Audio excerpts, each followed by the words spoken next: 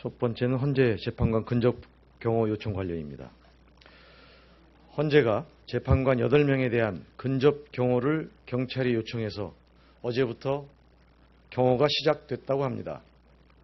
헌재는 보안 강화 차원에서 진행된 일이라고 하지만 탄핵을 반대하는 세력의 무도한 행태가 우려할 수준에 이른 것이 아닌가 싶습니다. 마침 우리 당의 유력 대선 주자인 문재인 전 대표 측도 테러에 대한 첩보가 접수돼 자원봉사자로 구성된 경호 인력을 구성했다는 언론 보도가 있었습니다. 대통령 측 대리인의 아스팔트가 피로 덮일 것이라는 협박과 선동이 있는 시기에 일련의 소식은 깊은 우려를 갖게 합니다.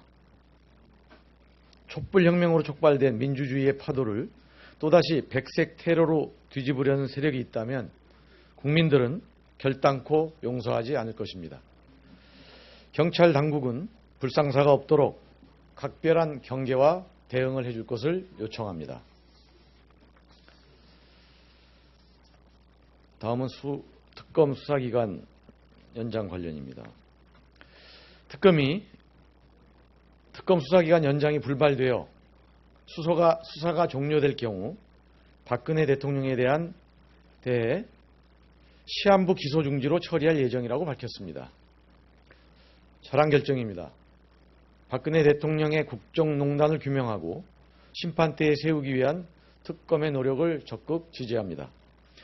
만약 자유한국당의 목리에 이어 황교안 권한대행의 거부로 특검 수사기간 연장이 가로막히는 불행한 사태가 있더라도 진실규명과 사법처리를 위한 노력은 멈춰서는 안 됩니다. 또한 박근혜 대통령 물론이고 수사가 시작되지 않았거나 수사가 중지되는 관련자 모두에 대해서도 기소 중지해야 합니다.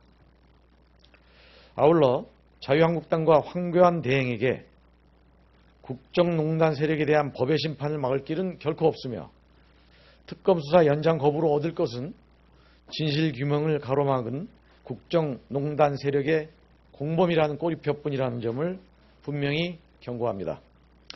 오늘 여론조사에서도 국민 10명 중 7명은 특검 수사기간 연장에 찬성한 것으로 나타났습니다. 국민의 진실규명과 사법처리에 대한 의지는 이렇게 확고합니다. 자유한국당과 황교안 대행은 끝까지 특검 수사기간 연장을 가로막는다면 다시는 국민들 앞에 설 수 없을 것이라는 점을 분명히 인식하고 지금이라도 특검 수사에 협조할 것을 촉구합니다.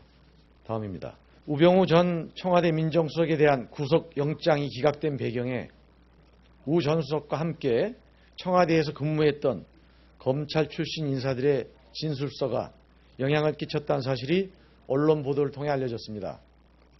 이들이 작성한 진술서에는 특검이 지목한 우 전 수석의 직권남용 권리 행사 방해 혐의에 대한 반박과 함께 우 전 수석의 구속이 부당하다는 내용이 담겨 있다고 합니다.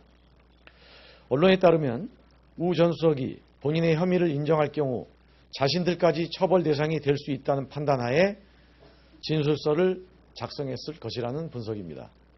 이들은 문체부와 공정위 등의 감찰 활동을 벌이며 우 전 수석의 지시를 받아 활동했던 인물들입니다. 특검은 이들에 대한 입건 역시 시급히 검토해야 할 것입니다.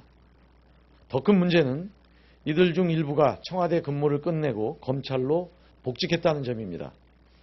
특검의 수사기간이 종료된다면 이후 수사를 검찰이 이어받게 될 텐데 검찰 내에 우병우 라인이 건재하다는 점은 매우 심각한 문제가 아닐 수 없습니다.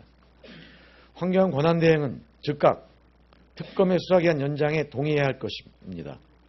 특검 수사를 방해하고 수사 결과를 왜곡하려는 목적이 아니라면 수사기간 연장에 동의하지 못할 이유가 없습니다. 검찰 수사의 공정성이 의심되고 있는 만큼 특검 수사기간 연장은 필수적입니다.